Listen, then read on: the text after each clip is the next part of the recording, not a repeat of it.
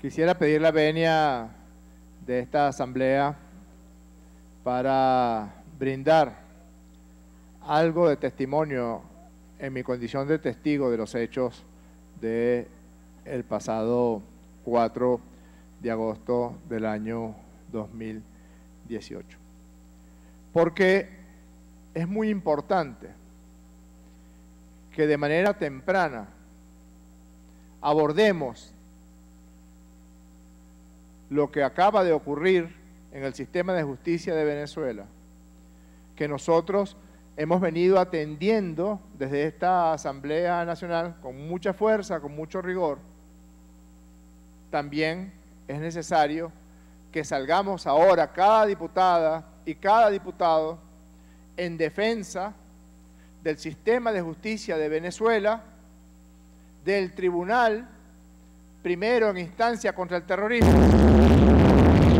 El día de hoy sentenció en la madrugada y parte de la mañana a los autores materiales, a los responsables logísticos y a algunos de los jefes del atentado homicida en contra del presidente constitucional de Venezuela, Nicolás Maduro Moros, en contra de la primera combatiente, Cilia Flores de Maduro, en contra del alto mando político y militar de Venezuela, en contra de 4 vicepresidentes sectoriales, en contra de todos los jefes, de todos los componentes de nuestra Fuerza Armada Nacional Bolivariana, en contra del ministro de Defensa, general en jefe Vladimir Padrino López, y en contra de cientos de efectivos de la Guardia Nacional Bolivariana, que de haber tenido éxito el atentado, el magnicidio, en grado de frustración, hubieran fallecido de manera instantánea por cientos. 1 kilo del explosivo C4, que es de los más potentes explosivos que existen, 1 kilogramo, tiene una onda expansiva que llega a los 200 metros desde el punto en que ese explosivo ocurrió. Y es su onda expansiva de tal velocidad que hubiera generado la muerte instantánea de todas las personas que se encontraran a 50 metros del radio de esa onda expansiva. Un explosivo potentísimo inventado en los Estados Unidos de Norteamérica y que fue utilizado en Vietnam. La llamaban las minas Claymore. Era C4, este explosivo plástico de alta velocidad y alta onda expansiva, con perdigones de acero que salían disparados para asesinar a quien encontraran a su paso.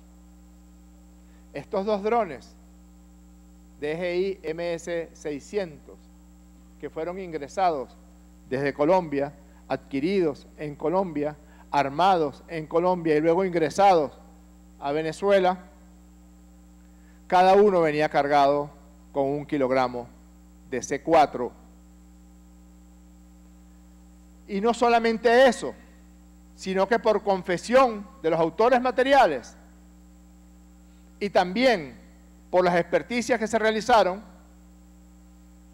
en el colmo de la expresión bárbara de violencia, habían rodeado el C4 de perdigones y balas de acero para que la onda expansiva garantizara un mayor efecto letal. Y digo que hay que salir ya, de inmediato, sin rasgarnos vestidura, sin estar hablando en este momento de que debe garantizarse el debido proceso, porque si algo se garantizó en este juicio fue el debido proceso de los 17 asesinos que el 4 de agosto intentaron matar a cientos de venezolanos, incluido el presidente constitucional de la República Bolivariana de Venezuela, a quien no le estaban garantizando debido proceso el 4 de agosto del 2018, a quien iban a asesinar de manera brutal, de manera impune, y sin duda alguna ese evento hubiera desencadenado la violencia, Y aquí quiero decir algo con toda responsabilidad y se lo digo al extremismo de Venezuela, a las facciones extremistas que todavía hacen vida en Venezuela. No suelten los demonios. No suelten los demonios. Porque si alguien sabe de calle, es esta revolución bolivariana.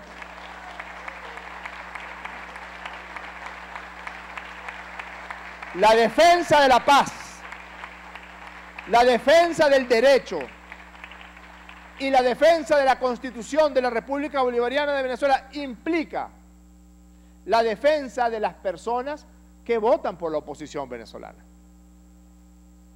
Que votan por la oposición venezolana. Por poner un ejemplo muy concreto, el segundo dron que se desorientó por los inhibidores que estaban colocados allí en ese momento y que recurrió a un mecanismo que se llama regresar a casa, o sea, regresar al punto donde fue lanzado. El segundo dron chocó contra un edificio que no, afortunadamente, no detonó, porque el explosivo C4, y esa es otra de las cosas que después la canalla mediática empezó a tratar de tergiversar, el explosivo C4 no explota en presencia de golpes, por eso se considera, comillas, seguro.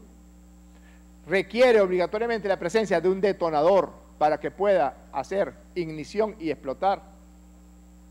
Pero si hubiera logrado el detonador activarse y explotar, hubiera volado el edificio y la mayoría de la gente que vive en ese edificio vota por la oposición. Y yo decía, salir a defender ya la justicia que se hizo en la madrugada de hoy, porque ya está apareciendo la canalla mediática a convertir en héroes a unos asesinos. Porque una cosa es la rebelión, una cosa es la protesta, una cosa es incluso irte a las montañas, enfrentar un gobierno a riesgo de tu propia vida, y otra cosa es un acto terrorista donde de manera subrepticia y apoyado por gobiernos extranjeros intentaste asesinar a un presidente que no tenía ni 3 meses, 4 meses de haber sido electo en el mes de mayo del 2018 por el pueblo de Venezuela con el 68% de los votos. Y ya está saliendo la canalla mediática a convertir en héroes a asesinos y asesinas, a intentar tergiversar los hechos de ese día 4 de agosto. Hasta hace muy poco, incluso todavía hoy hay medios que señalan el presunto atentado contra el presidente Nicolás Maduro. La BBC, France Press, DW de Alemania, por supuesto F, El País, ABC, etcétera, y toda esa basura mediática, el presunto atentado en contra del presidente Maduro. Porque si algo ha demostrado la acción terrorista de la ultraderecha venezolana, de la derecha venezolana, que ha recurrido de manera consuetudinaria a la violencia como recurso para acabar con la revolución bolivariana, para acabar con la tranquilidad de Venezuela, una y otra vez.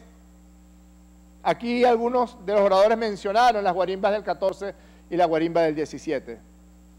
Ustedes saben que confesaron el llamado alias Pons, Monasterios, que era el jefe operativo, que estos partidos de la derecha utilizaron la guarimba del 14 y del 17 para reclutar terroristas.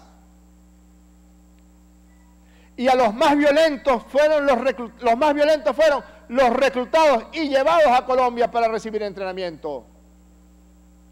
Todos los que estuvieron en los dos equipos asesinos del magnicidio en grado de frustración del 4 de agosto del 2018, todos fueron reclutados en las guarimbas del 17 y en las guarimbas del 14. Todos lo confesaron así. Alias Morfeo, jefe de uno de los grupos, alias María, que fue una de las que envió el dron desde el centro empresarial Cipreses en la avenida Lecuna. ¿Cuándo fue reclutado usted para esta operación? Para esta y para otra, Fuerte Paramacay, buscar el asesinato del presidente Maduro en diciembre del 17. Y aquí voy a hacer una infidencia. Según confesión de estos terroristas, de estos homicidas, el magnicidio debía ocurrir en diciembre del año 17, seguramente utilizando los actos conmemorativos del aniversario de la muerte de nuestro libertador. En esos mismos días de diciembre del año 17, el presidente Maduro estaba sosteniendo reuniones secretas con factores de la oposición de derecha venezolana a los efectos de buscar reencauzar a la política a estos sectores. Y yo, que asistí a algunas de esas reuniones, me pregunto ahora, ¿cuántos de esos que teníamos al frente sabían que a quien tenían al frente estaba siendo condenado a muerte por militantes de sus propios partidos? ¿Cuántos? Me lo pregunto hoy. ¿Cuántos? ¿Quiénes sabían? Porque este que está aquí, que es el autor intelectual y logístico, es jefe de un partido de oposición en Venezuela. Es todavía el jefe de un partido de oposición en Venezuela. Se llama Julio Borges. Y todos los testimonios, todas las confesiones de estos asesinos apuntan, señalan e implican a Julio Borges.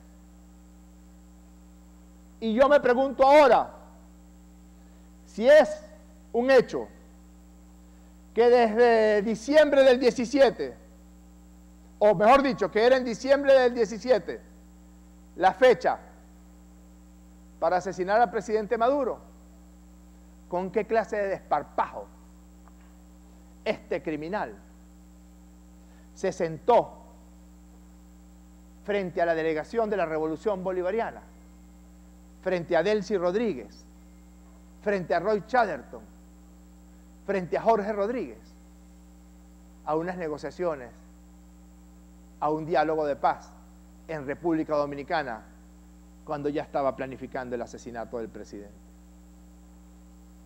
¿Con qué clase de desparpajo? ¿Hasta dónde llega el nivel de hipocresía y barbaridad? Tenemos que salir al frente sin ningún tipo de cortapisas, queridos hermanos y queridas hermanas, diputadas y diputados, sea cual sea la ideología política que ustedes practiquen, cualquiera ella sea. Porque si se sueltan los demonios, se sueltan los demonios. Y ha costado demasiado. Fue público, notorio, no comunicacional. No podemos seguir utilizando esa conseja de público, notorio y comunicacional. Fue público y notorio. Comunicacional no. Todavía hoy es un presunto atentado. Todavía hoy es un presunto atentado en contra de Maduro. Otros dijeron que era autoatentado, otros medios más bárbaros todavía. El caso de Infobae argentino, que se atrevieron a eso. Pero, ¿cuántos intentos de asesinato del presidente se han tenido que yugular en la sombra y en secreto? ¿Cuántas personas han atravesado la frontera desde Colombia con lanzacohetes? ¿Cuántos con explosivos? ¿Cuántos con armas largas? ¿Cuántos con uniformes falsificados de la Fuerza Armada Nacional Bolivariana para dar a entender que había un enfrentamiento entre hermanos de la Fuerza Armada Nacional Bolivariana? Por decenas ha ocurrido eso. Y en silencio, como decía José Martí, ha tenido que ser. Yo quiero pedirles disculpas porque debo mostrar algo que es la expresión de la unión permanente entre el asesinato y la manipulación de la canalla mediática, entre el terrorismo y la manipulación de la canalla mediática. Yo quiero mostrar en dos tiempos diferentes. Uno es un payaso y uno no debería hablar así, porque cuando tú dices que ese es un payaso, un psicópata, me refiero a Jaime Bailey, que además es un pésimo escritor, de los peores escritores que haya conocido la historia de este continente. Malo, con gana. Pésimo. Pero es un aliado, un lacayo, un corifeo del terrorismo y de la violencia en contra de este país y en contra de esta Constitución. Y el día 6 de agosto, a ver, sábado 4 de agosto, domingo 5, perdón, el martes 7 de agosto de 2018, Jaime Bailey se atreve a decir lo que les voy a mostrar. ¿Y por qué lo traigo? Porque Jaime Bailey no es el único. Hace 3 días, una señora llamada Carla Angola hace exactamente lo mismo, convoca al asesinato del presidente Nicolás Maduro. Y ahí está Twitter otra vez. Pobrecita Carla. E incluso es peligroso decir, no, pero es que ella tiene trastornos mentales. Los únicos trastornos mentales que eximen de un acto criminal son la psicosis, es decir, el extrañamiento de la realidad, la alucinación y el delirio. La psicopatía no te exime de pagar por un delito. Tener un trastorno de personalidad, tener problemas de pareja no te exime. Tener un hermano preso por narcotraficante a quien capturaron con 20 kilos de cocaína no te exime. ¿Ustedes sabían eso? ¿Cómo lo van a saber? Eso no lo verá usted en cualquier canal. Póngale el nombre del canal que a usted le dé la gana. Esa señora ni siquiera visitaba a su hermano narcotraficante, que aun cuando era un narcotraficante era su hermano, porque está sentenciado por narcotráfico en Venezuela, hace muchos años. Entonces yo quiero mostrarles eso, porque es lo que viene, es lo que va a pasar. Imagínense ustedes a un periodista norteamericano haciendo apología del ataque a las Torres Gemelas el 11 de septiembre del año 2002. Imagínense por un momento, supuestamente, no me consta, no he seguido ese caso, a un asesino confeso como es Iván Duque, le hicieron un atentado en el año 21. Supuestamente, unas balas impactaron sobre el helicóptero presidencial. Digo supuestamente porque jamás se mostró una sola fotografía, ni una sola evidencia de eso, nada. ¿Qué publicaron los medios del mundo? Los mismos que dijeron presunto atentado a Maduro. El atentado a Duque se planificó en Venezuela. Van juntos. Es la misma operación. El asesino tiene un cómplice. Los Jaime Bailey, los Carla Angola. Pasa el video, por favor. Yo me enteré del plan durante la semana. mis fuentes, que generalmente son confiables, me llamaron, me combinaron a una reunión. Yo no quería ir porque soy perezoso, ¿no? Pero fui. Y los escuché y me dijeron, el sábado vamos a matar a Maduro con drones. Hemos probado los drones en Caracas, funcionan, y yo les dije, hágale. Vamos para adelante. Pero si esto ocurre, yo pensando, estarán fanfarroneando, no creo, estarán delirando. Si esto ocurre, usted no nos va a condenar, no nos va a decir que somos terroristas. Por favor, le dije, ustedes no me conocen, ¿quieren que yo les compre un dron más? Avisen. Que se prepare, porque el grupo que está conspirando, mis amigos, son gente bastante competente. Ya se llevó un primer susto, van a venir más. De por qué fracasó el atentado contra Maduro anteayer sábado, ¿no? Del cual yo tenía conocimiento unos días antes. Tengo buenos amigos en Washington, en la Casa Blanca, y sé de fuentes muy confiables que Trump no se va a meter en Venezuela, no va a intervenir, no va a tomar ninguna iniciativa valerosa para emancipar a ese pueblo oprimido. No va a ocurrir. Entonces, los gringos van a tratar de ayudar a los rebeldes venezolanos. Pero este es un problema que tienen que arreglar los propios venezolanos ahí adentro. Ahora bien, sí, con ayuda logística, tecnológica de los gringos, ¿no? Que a mí me parece, por supuesto, muy plausible. O sea que esto que ha ocurrido falló, y no por falta de pericia ni por falta de arrojo de los conspiradores. No, se jugaron la vida, muchos de ellos están todavía en Venezuela. Esta es una conspiración, y vendrán otras, cuyos autores son todos hombres de honor, militares, policías, exmilitares y expolicías venezolanos. Esta no es una conspiración de intelectuales o de artistas, no. Es una conspiración de venezolanos, todos militares y policías. Siempre, cada vez que hay, por ejemplo, matan a un líder de una organización criminal, como ocurrió hoy, al segundo al mando de Al Qaeda, Estados Unidos utiliza un dron y pues desaparece a este hombre a quien estaban cazando desde hace 21 años, quien fue, por cierto, médico hasta de Osama Bin Laden, 11 años después de matar a Osama Bin Laden. ¿Y qué es lo que dice el venezolano en redes sociales? ¿Por qué no hacen lo mismo con Maduro? Y aquí no estamos haciendo, obviamente, apología de su asesinato, pero es una pregunta válida, porque además, si estamos sopesando las amenazas...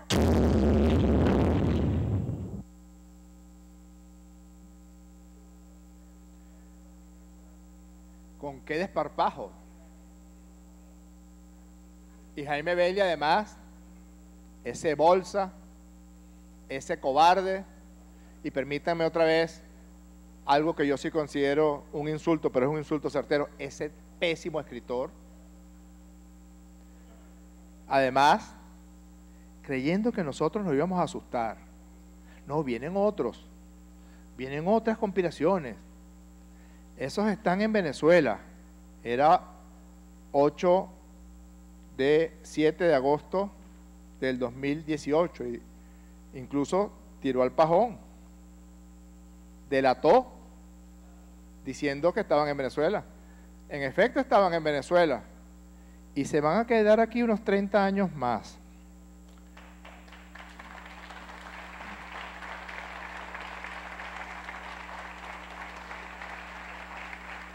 Juan Carlos Monasterio, alias Bon, jefe operativo, que directamente rendía cuentas a Julio Borges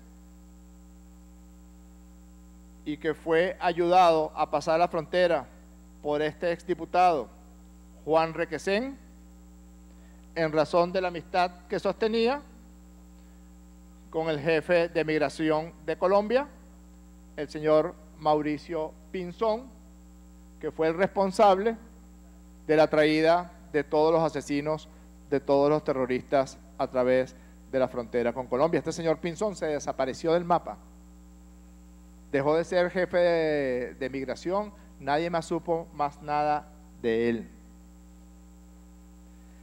Está preso en Colombia, pero tienen que entregarnos a Raider Russo, alias Pico, que fue el jefe logístico de la operación, que fue quien compró los drones, y que tenía contacto directo con el jefe intelectual, que es quien refiere Jaime Bailey, la persona con la que se reunió allá en Miami, Florida, el señor Osman Delgado Taborsky, que no solamente es el autor intelectual, sino que es la persona que intenta accionar el primer dron cuando los terroristas que se encontraban en la avenida Bolívar perdieron comunicación con el dron.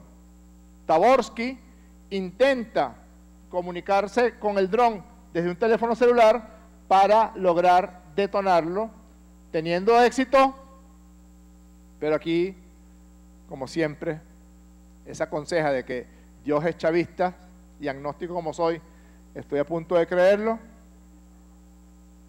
Si Darío Vivas, que fue nuestro hermano y quien tenía un amplio conocimiento en la organización de este tipo de eventos, como la parada militar que se iba a dar allí, por alguna razón Darío planteó que la tarima no debía estar donde se pensaba que debía estar y por alguna razón la retrasó 40 metros hacia atrás. Eso le salvó la vida al presidente Nicolás Maduro. Y le salvó la vida a la primera combatiente, al alto mando militar, al alto mando político.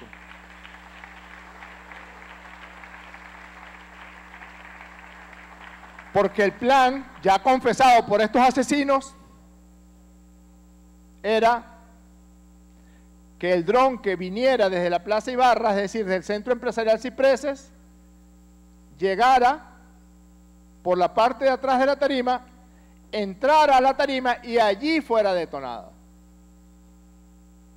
asesinando en el acto a todos quienes nos encontrábamos allí.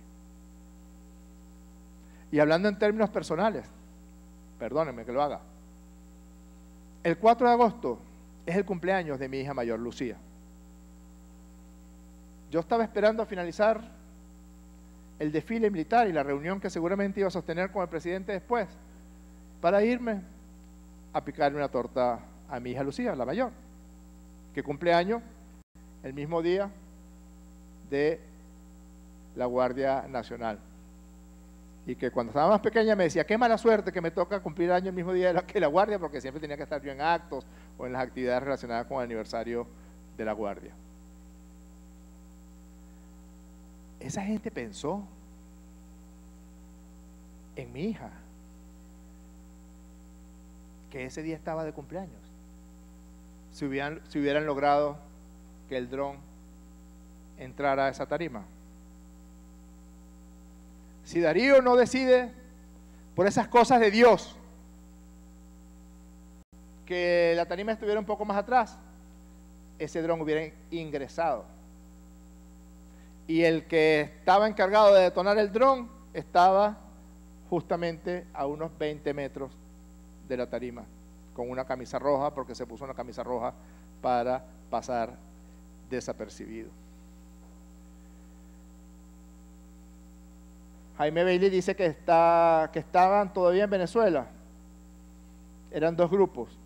El grupo que lanzó el dron desde el Centro Empresarial Cipreses, Brian Oropesa, que era el conductor del dron, el piloto del dron, se va a quedar 30 años en Venezuela, 30 años más preso. Fue sentenciado a 30 años de cárcel por magnicidio en grado de frustración. Janine Pernía, alias María, que es reclutada también en el año 17, la persona que dirigía por radio la operación y la que lanzó el dron desde la ventana de una oficina en el centro Cipreses. Se va a quedar un tiempito más, 30 años, detenida no, pagando sentencia por homicida. Alberto Bracho, alias Porto, 30 años por homicida. Y el segundo grupo, también, y perdónenme que sea reiterativo, pero es que siempre es igual. Es el asesino, el terrorista, el homicida, el violento, al lado siempre un medio de comunicación y un supuesto periodista que le lave la cara o una ONG. Este que está aquí, Henry Bert Rivas, alias Morfeo, es el jefe del segundo grupo, el grupo que estaba en un Chevrolet Orlando, que era el encargado de volar el dron desde el vehículo y lanzarlo también contra la tarima en una operación de tenaza. Este es el dron que pierde comunicación con el control y se dirige hacia el edificio cercano a la avenida Fuerzas Armadas. Estos dos, Argenis Valero y José Estrada, fueron capturados en el acto, porque apenas se escuchó la detonación, hermanas de este pueblo venezolano que estaban en el desfile, no salieron corriendo, no salieron escapados como salió Trump cuando sonó un triqui-traqui dando un discurso en un meeting allá en Estados Unidos, que se burló de nuestros guardias nacionales en una operación de guerra psicológica. Y cada vez que yo veo y vuelvo a ver el video, me maravillo de la valentía de Nicolás Maduro Moro, me maravillo de la valentía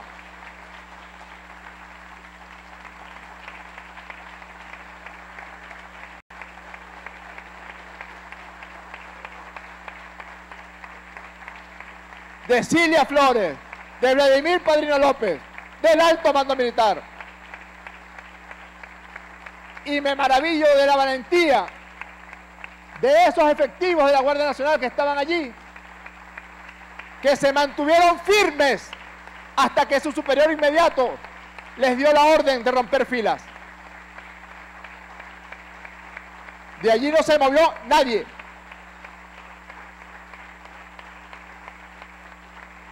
En cambio, ese señor que se burló de nuestros soldados, sonó un triqui-traqui, ni siquiera fue un triqui-traqui, creo que alguien gritó y salió corriendo.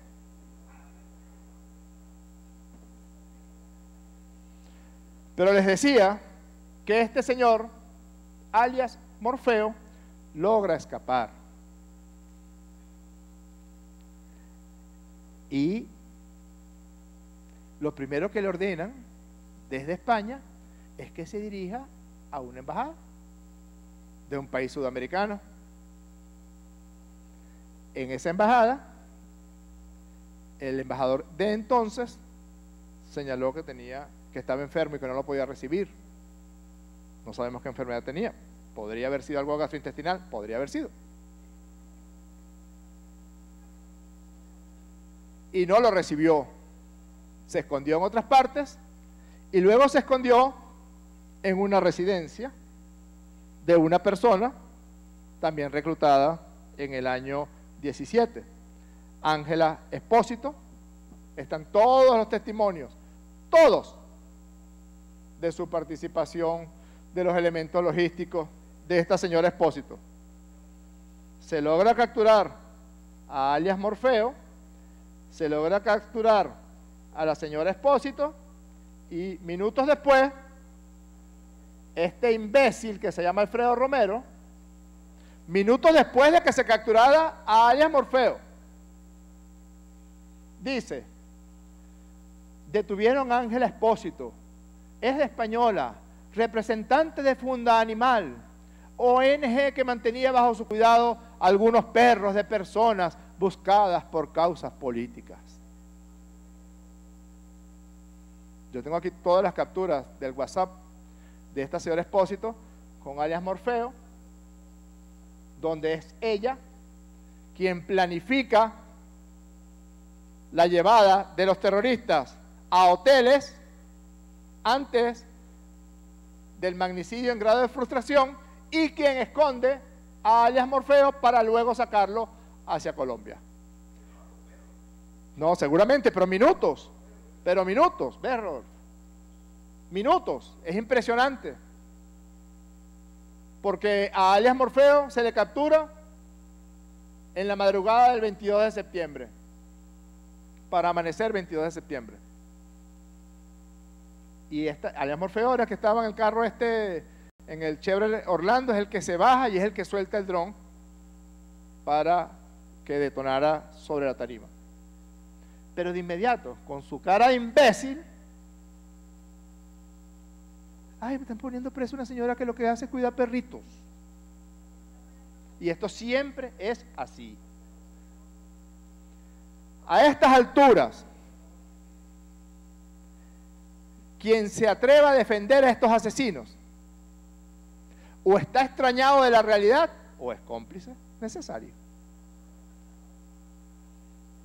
Aquí está la traza de los entrenamientos de drones en la finca Chinácota, en las cercanías de Pamplona, Colombia.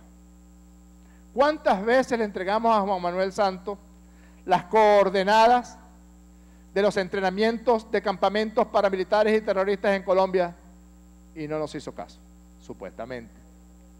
¿Cuántas veces, no solamente Iván Duque, hasta Naciones Unidas,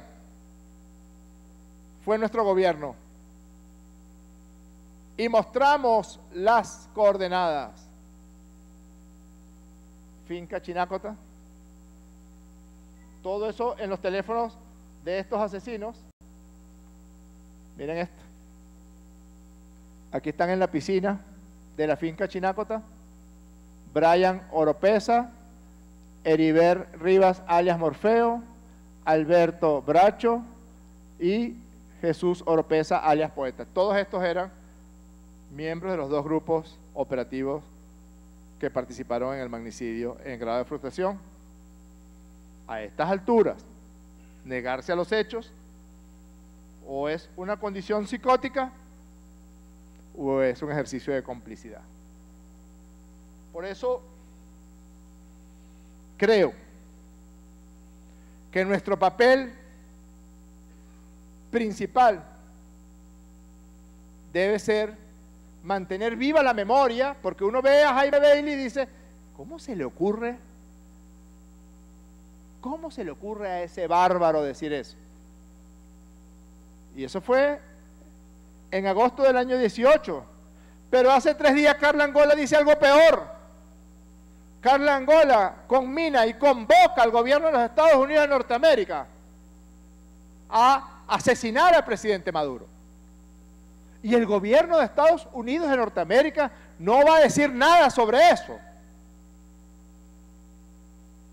Ese gobierno que vino aquí el 5 de marzo del 2022 a hablar con el presidente Maduro y a decir las cosas que dijo allí. No va a decir nada sobre que una persona en su territorio está convocándolo a asesinar al presidente de un gobierno de otro país. Si hasta el mismo entrevistado, que no es ningún pan de Dios, decía, no, bueno, es que eso no está entre los intereses geoestratégicos de Estados Unidos. ¿Qué?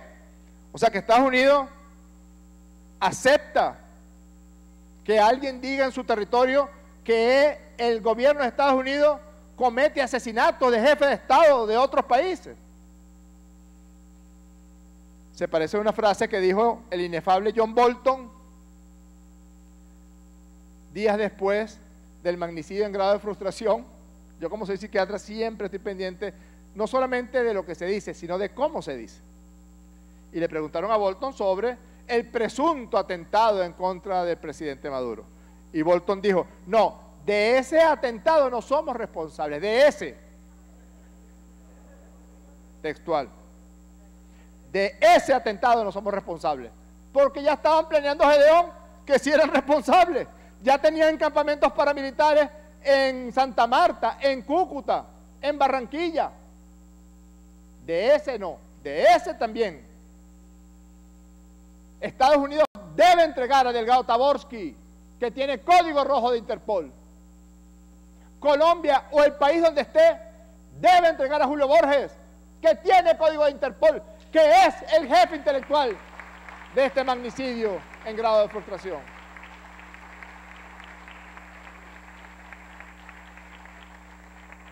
Y yo he escuchado varias veces aquí, a veces con más paciencia y otras veces con menos, algunos planteamientos de algunos sectores de la oposición que hacen vida en este Parlamento, preguntando, ¿cuándo van a ir a la cárcel? Como decía mi abuela, la justicia tarda pero llega.